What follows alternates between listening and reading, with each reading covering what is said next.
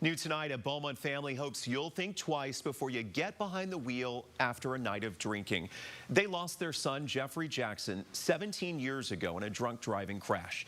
The Jacksons are sharing their story as TxDOT launches a new campaign called Drive Sober, No Regrets. As 12 News reporter Gloria Walker found out, time has only made the Jacksons more outspoken about the dangers of drunk driving. I think one of the hardest days of my life was when I told him just leave him alone. He was gone. October 20th, 2004 was a day that forever changed the lives of the Jackson family. After celebrating a birthday, they decided to go eat dinner at IHOP.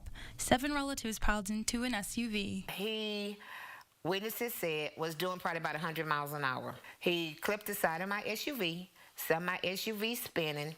Once it stopped spinning, we start flipping. Once the SUV stopped moving completely, my daughter Latrice told me that my son Jeffrey wasn't in the vehicle. Jeffrey's loss left a hole in his family's heart. They hurt all these years later. Jeffrey was 23.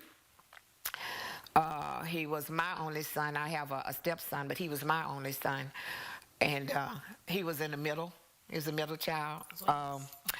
He loved family. This family isn't alone. Dozens more lost their loved ones last year in Southeast Texas due to drunk drivers, according to TxDOT. Nearly a quarter of the crashes that happened last year were due to drinking and driving.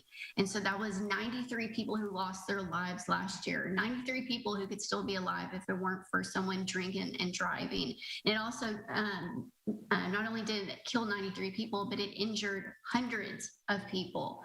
TxDOT's Drive Sober, No Regrets campaign aims to change that. The Jacksons encourage you to step in and keep your loved ones from ever getting behind the wheel drunk. On October 19th, we're celebrating a birthday. My granddaughter is 17. And then the next day, we're at the cemetery. We thank them for sharing their story with 12 News reporter Gloria Walker. You heard the TxDOT spokesperson talk about this. In addition to the 93 people who were killed, some 215 more here in Southeast Texas injured in the past year due to drunk driving crashes.